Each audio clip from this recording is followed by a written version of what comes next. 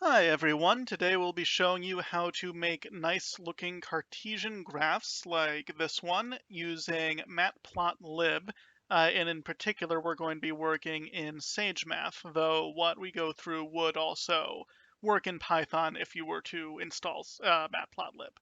We'll start with just how to plot a point in space, and then we'll talk about how to customize that graph by using keyword arguments and also some of the different styles that Matplotlib comes with. For example, this graph is done in what's called the BMH style, and so that comes with these grid lines and this nice shading.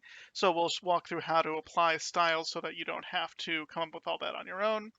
Then we'll talk about plotting line segments. And after that, we'll use what we learned about plotting line segments to draw, so to speak, an x-axis and a y-axis. So if you see this x-axis and this y-axis on this example graph, those are just line segments that we plotted as if you were drawing on graph paper by hand. Though we'll talk through a few different strategies as to how best to draw those. Then we'll talk about the good stuff, how to take an equation and using something called list comprehension, plot it right onto the graph. So in this example here, you see it's x squared, no, it's 2x plus 2, and so you see we took that and we plotted that right on the graph.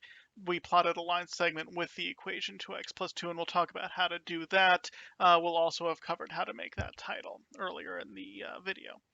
Okay, and so we'll show you how to do this with lines that are totally straight like this one, and then we'll graduate to how to get curved lines by pulling in a function from the NumPy library called linspace. And most of this tutorial will be done using a Jupyter notebook on cocalc.com as we have here, but just in case you are using SageMath downloaded to your machine, we will end with how to save the figure with the downloaded SageMath console. So I am intending this video primarily for a SageMath audience, so we are going to be especially focused on the use of Matplotlib for Cartesian graphing on an XY plane, but a lot of what we cover will carry over to other uses of Matplotlib, of which there are many. So if you follow along with this video and then you look to the documentation to see how to make other charts and graphs and other types of data plotting, it should be more comprehensible to you, though this video itself will really be focused just on the Cartesian graphing. Also, as mentioned, if you're following along with Python instead of SageMath, it's fine. You'll be able to follow everything. The biggest difference is that you're going to want to install Matplotlib first.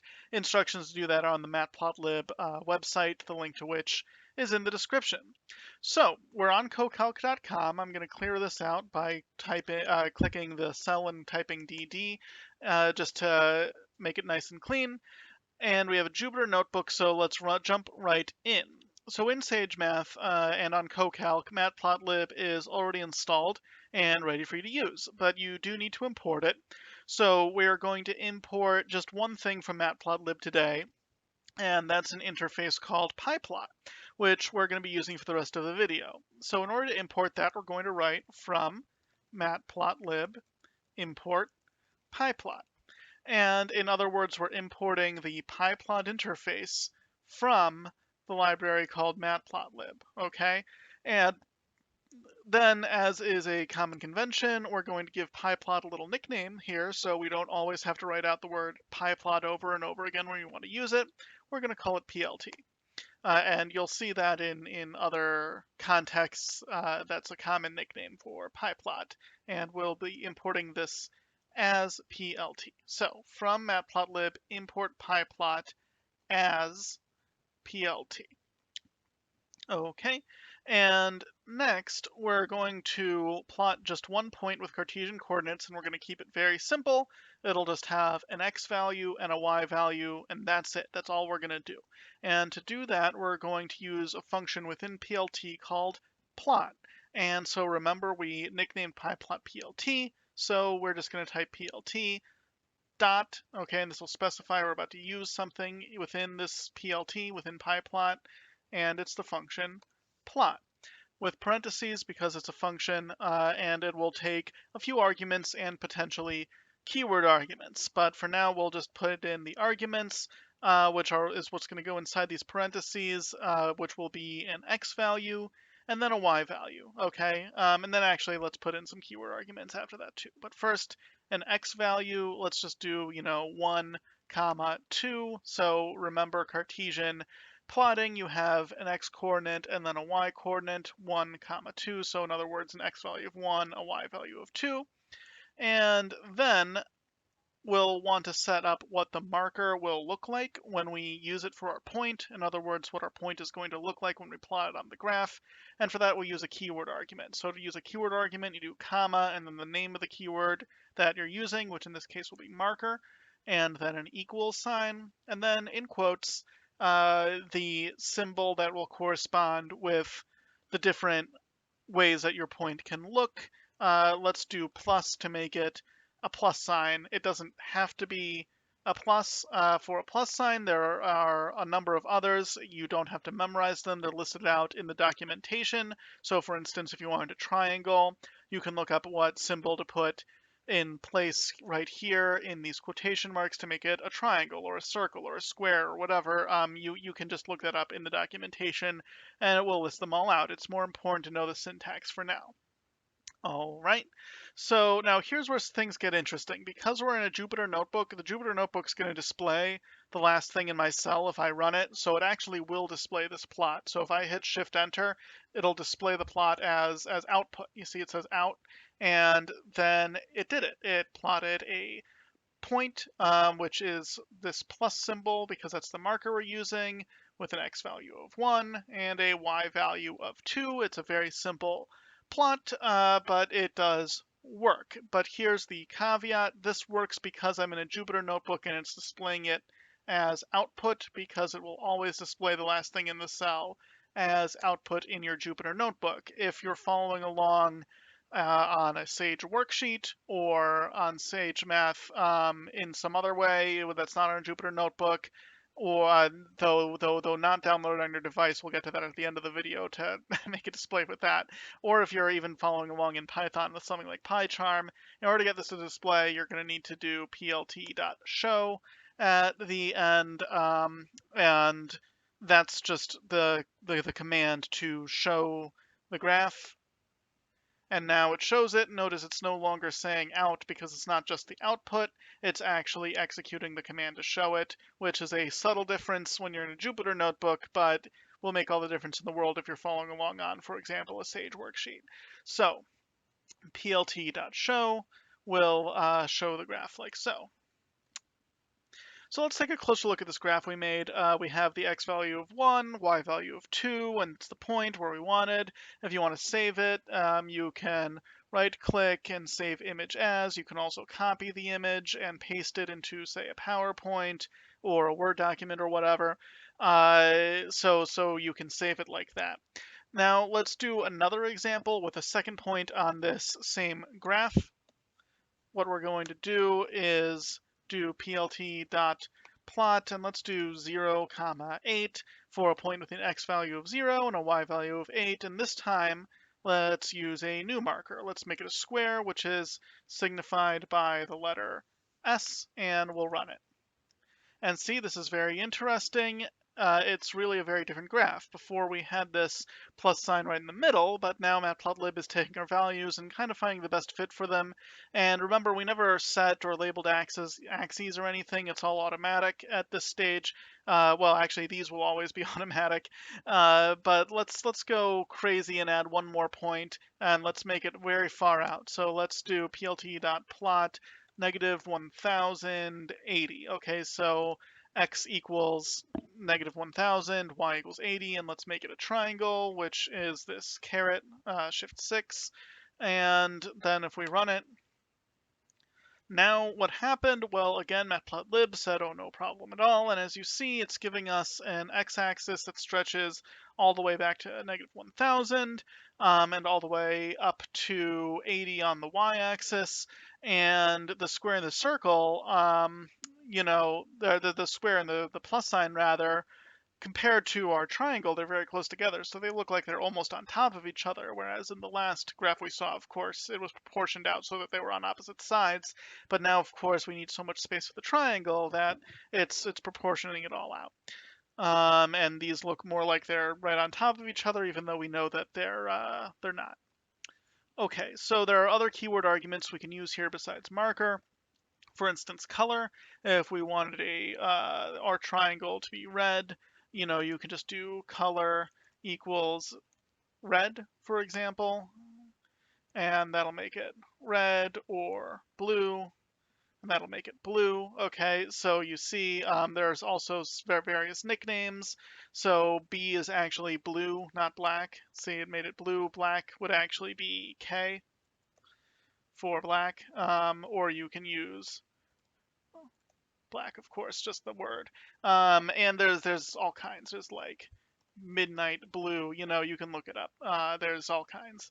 So you can even do hex values. You can look up hex values, copy paste them in. It'll work just fine with any color on the visible spectrum, so to speak. So now that we can plot points, let's talk about how we can go about plotting line segments. It's a very similar principle to plotting points. The function is still going to be plt.plot, and you'll actually still have an x comma y. But instead of just one value, you're going to actually plot a list of values. So what we're going to do is let's make a list of x values, comma, a list of the same number of y values. And let's take an example by making two variables, one for our x values and one for our y values. And you see you have these brackets to signify you're going to make a list. And let's just keep it simple. Let's make our x values 3, 4, 5, 6, and our y values 0, 1, 2, 3. Notice we have the same number. They correspond one for one. And then we're going to have plt.plot x values, comma, y values. So what are we doing here? Well, first of all, you could have the list here, like a list, comma, list, but it's a little easier just to put them into variables. So that's what we're doing. We're storing this list of values inside a variable called x values, this other list of the same number of values into a variable called y values, and we're plotting x values, comma, y values. What's it going to do? Let's run it and then talk through it. So as you see, it plotted this line segment, and what it's actually doing is it's just taking all of these x values, okay, and you might remember from math class that you can make a table of x values and y values and plot each point by point by point and then draw a straight line through them, and that's one way to make a graph, and that's more or less what's happening here. It's plotting the point 3, comma 0, 4, comma 1, 5, comma 2, 6, comma 3, right? So like 6, 3, you see, like 4, 1, okay? And then it's just plotting these points and drawing a straight line through them. How can we tell? Well, let's make a marker for the actual points that we're plotting, and let's make it a dot, which is this lowercase o. And now you can see more clearly, these are the points. Each of these is a point on the graph, and it is drawing a straight line straight through those points. So if we didn't want this to be a perfect line like this, we can make it, something like -9 or whatever, and it'll do it no problem. Now it's 5, comma, -9, and you see it just draws a straight line, a perfectly straight line on these tables of values. But let's go back to making this 2 just for our example. Okay. So if you don't want this line, if you just want these dots, instead of using plt.plot, you can use plt.scatter. Okay, scatter, and that makes it like a scatter plot, but for our purposes, it'll just make it the dots, right? But that's not what we want. We want the plot, and let's get rid of this marker as well. And you'll see it'll make just a nice straight line segment with the values that we give it, drawing a straight line through them. You can do other keyword arguments. So once again, there's color. So you can do like color equals lime green. Okay, just as an example, you can look up what the colors are in the documentation. And another keyword argument, for example, is line style. You can do dashed. It's one way to do that, and you'll see now it's a dashed lime green line, just as an example of how you can customize these further with these keyword arguments, which are all listed in the documentation. Okay, so you might have noticed one thing here, and that's, hey, this isn't a nice Cartesian plane like the one you showed at the beginning of the video, where the quadrants, where the axes. Well, the axes are down here, x-axis and y-axis. Matplotlib doesn't give you the 4 quadrants, but you can make them yourself if you so desire, if you want your graph to look more like a graph that you might draw by hand on graphing paper. And that's because Matplotlib gives you this ability to draw nice line segments with pretty much whatever parameters you want. So if you think of Matplotlib as your nice blank sheet of paper, you can draw your own line segments to make axes like you would with a pencil on a blank page. So in an actual Cartesian plane, the lines you would draw would extend out to infinity, but as you saw, Matplotlib kind of takes the information you give it and scales your graph to fit that data. So you can't really do infinity, so to speak, but you can pick some values that make sense for the graph that you want to draw. And once again, how you draw lines, you just plot them like we saw before. And you can plot them using the xy coordinates in the Cartesian plane, like we saw before, and just draw a straight line through them. So if we wanted an x-axis from, say, -10 to +10, what we can do is, instead of feeding plt.plot this series of points, we can feed it some other x values. We can feed it, say, if we wanted it to go from -10 to 10, we can make a new list of new x values, and we'll call it x-axis x equals the list of -10 to 10, and x-axis y equals 0, 0. Why am I calling it this? Just for convenience sake, this is going to be our x-axis. Both of these points together will be our x-axis, and this will be what goes into our plt.plot for our x value and what goes into our plt.plot for our y value. So just to show you, plt.plot x-axis x, comma, x-axis y, and when we run that, and let's make the color black, because otherwise it'll come up with some funky color. And when we run this, you see, now we have this nice black line for our x-axis, okay? And it goes from -10 to 10. The graph still doesn't look great, but we have it going from -10 to 10, and let's make some of these values more in line with that, just so that we have something to say. Okay, so now we have it going from -10 to 10, and now let's do one for the y-axis. Let's do y-axis x equals 0, 0, and y-axis y equals -10 to 10.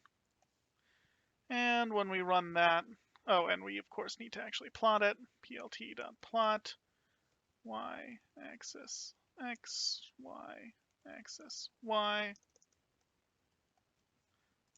color equals black. Okay, and so now you see we have a little bit more of a Cartesian plane. Let's actually get rid of this because this isn't the best example for this.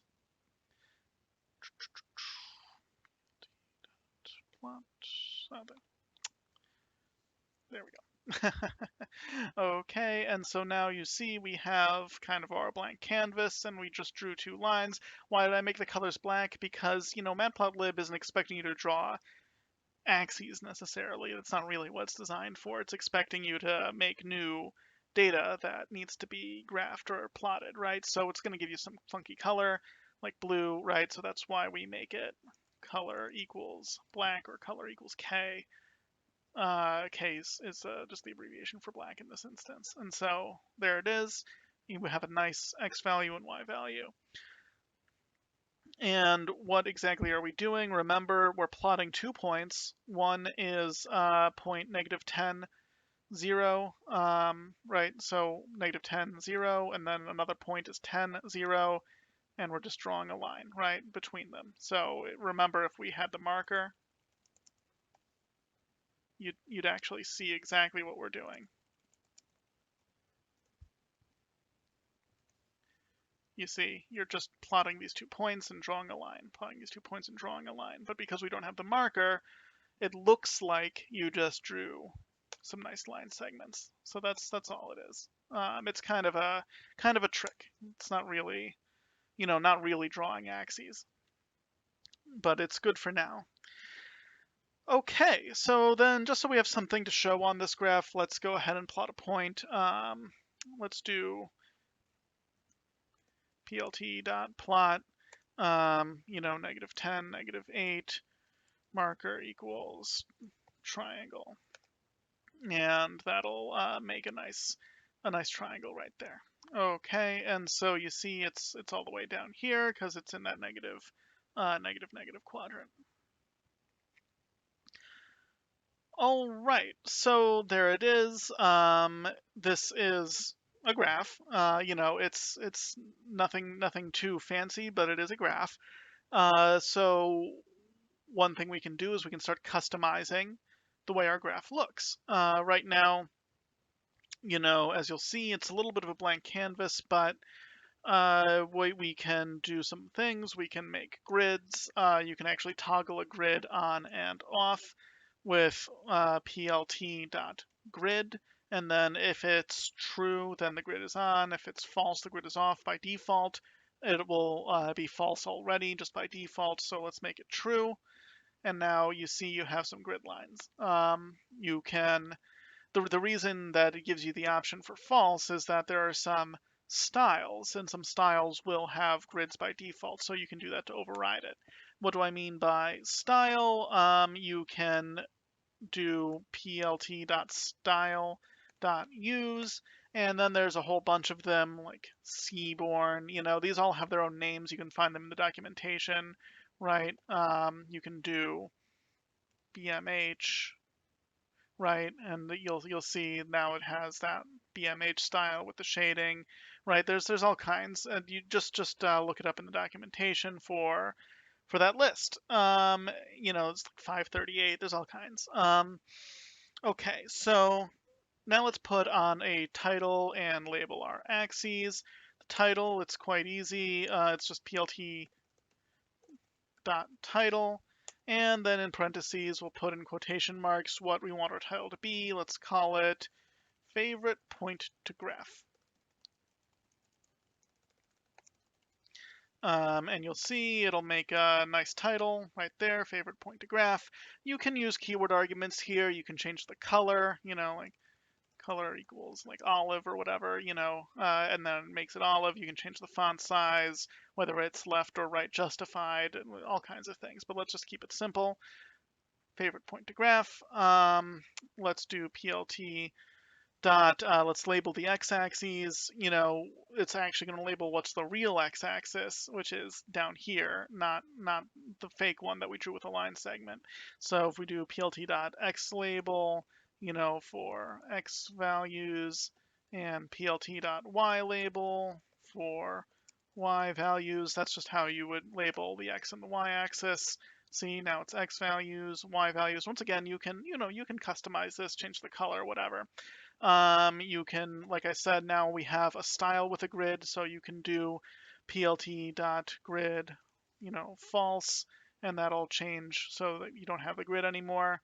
But I like having the grid, so let's have the grid, and you see there it is. You have your blue triangle. Did we make it blue on purpose, or is that just the style? I think that's just the style. But you can override whatever the style says by making it color equals, pink or whatever, and there it is. You're living in a Weezer song. Okay, so, but you can just make it like that. Okay, good. All right.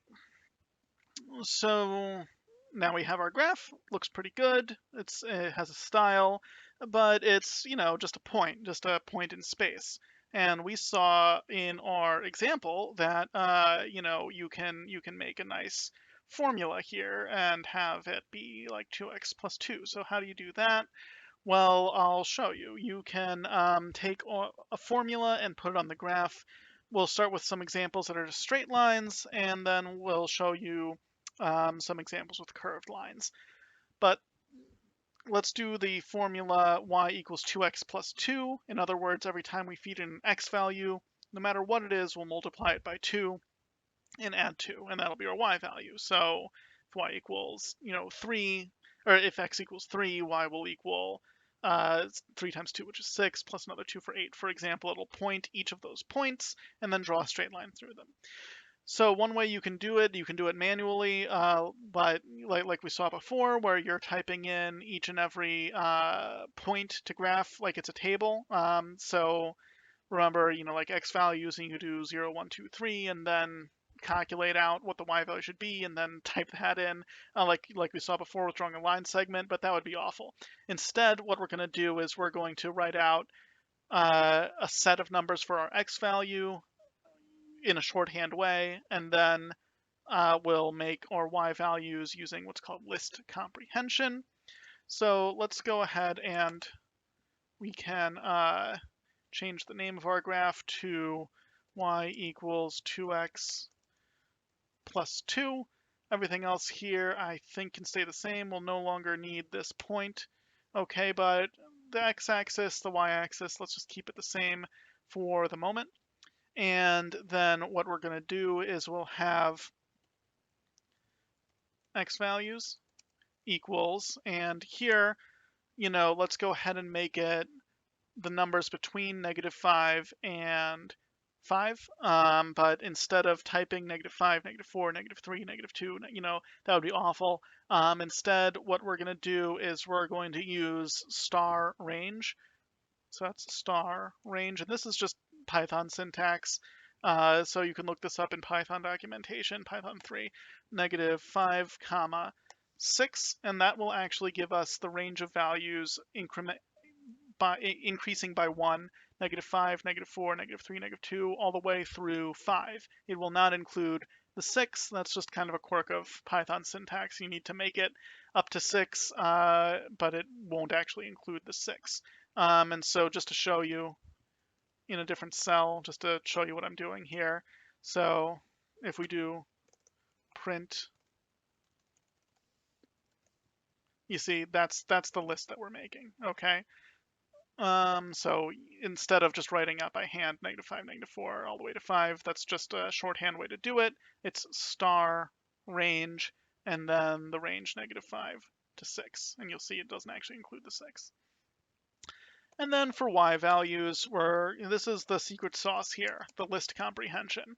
What we want is we want to take each of these, this -5, and multiply it by 2 and add 2, and then -4, multiply it by 2 and add 2, all in one list of y values. Okay, so for that, we are going to make a variable and call it y values equals, and then our bracket for a list to show we're about to store a list inside this variable y values. And then we're going to take an unassigned variable that's just going to stand in for each and every element of our list of x values here one by one, and we'll call it num. It can be, you can call it whatever you want. And let's write out the formula that we want to use, which will be 2 times num plus 2. And then we need to write a for statement to explain to the computer what we want this to do. And that will be all in the same line for num in x values. Okay, and so now let's bring this onto a different cell just so I can show you.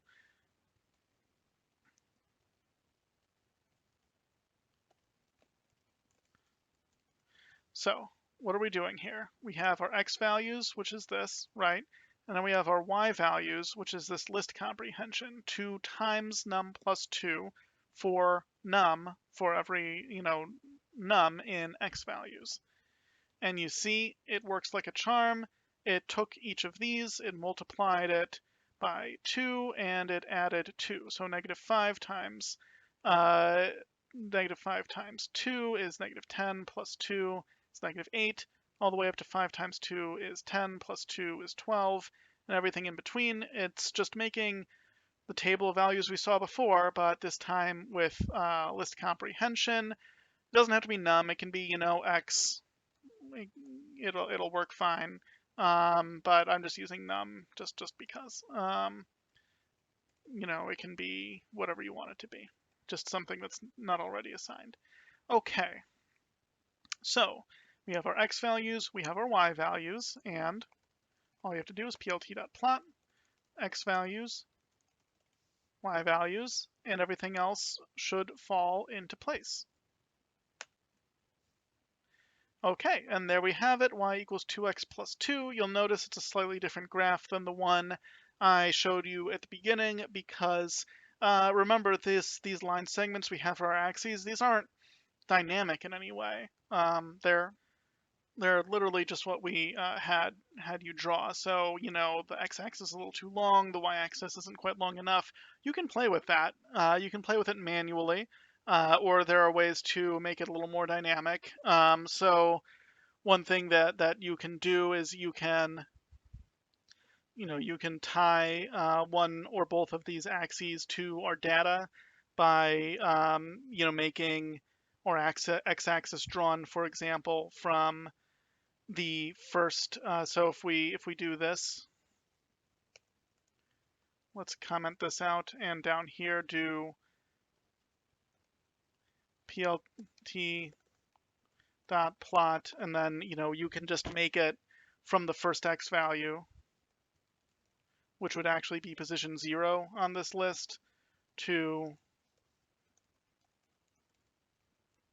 the last value on the list, which is -1. This is just an index statement, and this is just Python syntax. So if you're not following, don't worry too much about it. This is just an extra thing. You can always do this by hand as well.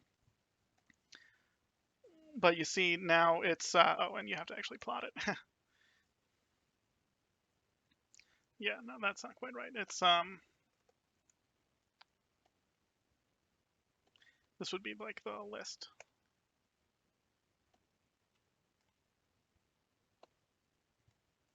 And then 0, 0. Yeah, and you see, and that's just another way to do it. I just like I had up here, except I'm plugging it in directly instead of using variables. But you see, what this is this just ties your x-axes to these values just to the first value here, which is the index of 0 on this list, and then the last value here, which is the index of -1 on the list, and then you'll end up with a nice line between -5 and 5. And so that's just an example. But let's not do that. Let's just keep it a little more manual now because it's a little easier to follow for this kind of introductory tutorial. Okay, so let's try one more example that uses straight lines with the same method. Let's do absolute value. We can change our formula. We can just, all we have to do is change our formula. That's all. Absolute value of num. And this time you see, it gives you the absolute value. So looks good. And the reason I chose absolute value here is it's, once again, a straight line. Remember, if we were to do like marker, excuse me, all it's doing, it's literally plotting these points. It's plotting these points. Negative, well, not, it's plotting these points, like -5, 5, -4, 4, -3, 3, right? -5, 5, -4, 4, -3, 3. Just plotting those points, drawing a line between them. That's all it's doing. So you might have noticed an issue, which is not every graph calls for a straight line between designated points. Sometimes graphs call for curved lines. And if I wanted to plot y equals x squared plus 2, well, that would be a nice curved parabola, right? we're not going to get a curved line that way. If we were to plug in y equals x squared plus 2, so that would be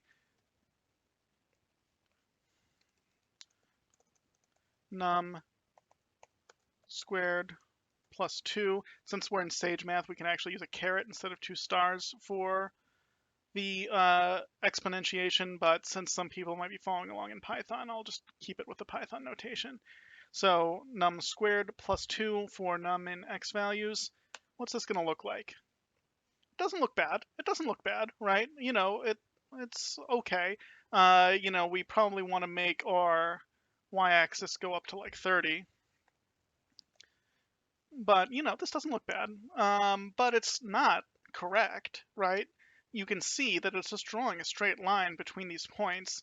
It's very, it's not curved. It's not a nice smooth curve. It's straight lines between points that meet this criteria, right? So let's, y equals x squared plus 2, and let's go ahead and change this so that it's a nice curved line. How do we do that? Well, we can do it with something called linspace inside the NumPy library.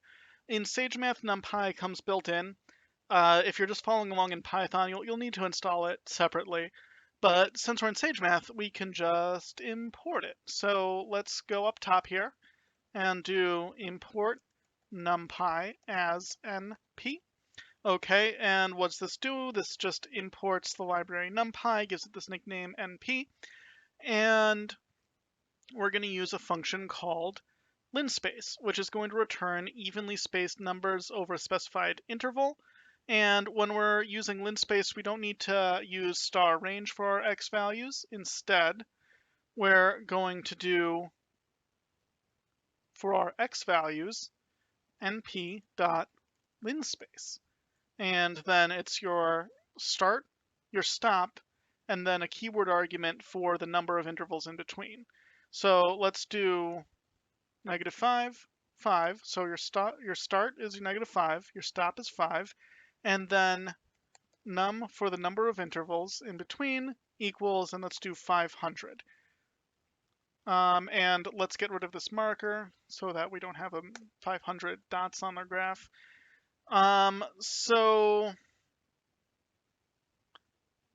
let's remember what we're doing here is we want our x value to be the power of 2 plus 2, right? And this time, though, it's going to do this 500 times instead of, 10 times. And so let's run it.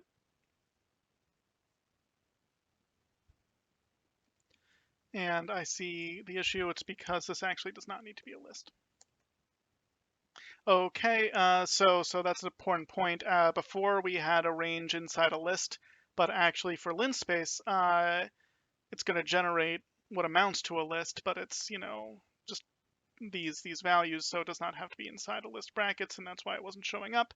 But I took out those brackets, and now it's showing up, and you see it's a nice, beautiful, curved parabola. Okay, and let's do one last graph to drive the point home. Let's do sine of x. NumPy has a sine function, so since we already have NumPy imported, let's go ahead and do it that way. Let's change our title to make it y equals sine of x. Let's make it nice. Let's do y equals sine x, and let's take a look. If we do np dot sine of num for num in x values. And now you see we have a beautiful curve, but once again, what's the issue? The issue is we just drew in this line segment by hand, so it's totally inappropriate for this graph and won't look good. So let's go ahead and just make this between -1 and 1. And now you see you have a nice sine curve. And you can play with the scaling as well, just by playing with these axes if you want to look different from that. Okay, so that is how you can do one of these, with curved lines. It's just with this linspace. And so just to kind of drive the point home a little bit, if we wanted to just print it out, what did we have? -5, 5. Yeah. Okay. So -5, 5, 500. Just to print it out. You see, a ton. So what is really happening here is we're taking all of these points as our x values, and here's the little secret. We're still just drawing straight lines between them. That's all we're doing. We're just drawing straight lines between them. Like before I got rid of the marker, but maybe it'll be helpful to show you the marker if it doesn't crash the thing. See, yeah, now there's so many markers. There's 500 of them, right? And we're just drawing straight lines. Straight line, straight line, straight line. But because there's so many of them, it looks like a beautiful curve. So we're actually, if you were to zoom in on this, zoom in, zoom in, zoom in, zoom in, zoom in, you'd see it's just straight lines, but you're not zoomed in. You just have this nice curve, looks great. Okay, so finally, if you are using SageMath downloaded to your computer, you'll have to save your figure to your device. It won't just pop up like it does on CoCalc. So let's go ahead and let's copy paste this. I think we can just copy paste this whole thing. Let's go ahead and copy it. And let's bring up my SageMath console. And I'll zoom in a little bit. Okay, so let's go ahead and paste this in just so we have something. Except we won't need the plt.show. Okay, and then hit enter. And what's this going to do? It's going to understand that I have a graph.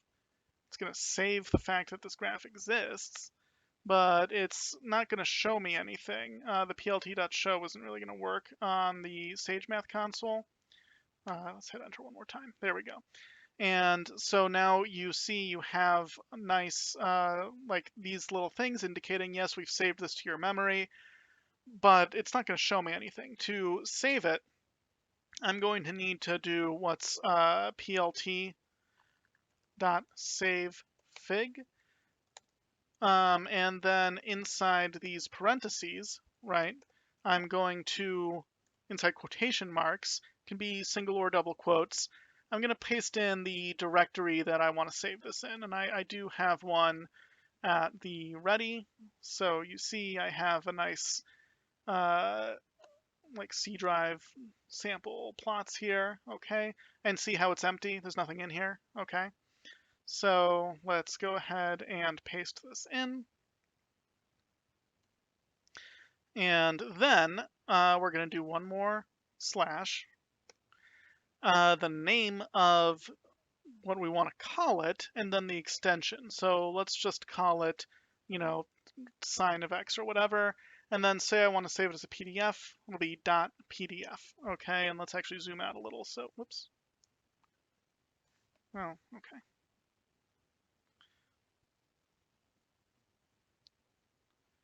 Let's zoom out a little so you can actually see it. So you paste it in, slash sign x.pdf. Just as an example, don't forget your last quotation mark like I almost did, and hit enter. Okay, and now let's look back at our folder and see what happened. Well, what do we have? We have a PDF now. Remember, this was empty before. Let's open it, and there it is. Our nice, beautiful graph saved as a PDF.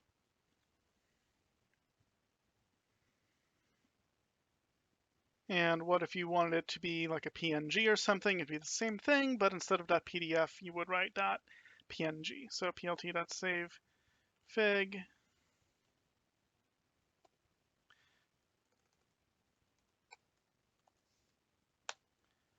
Okay, and now let's look at our directory.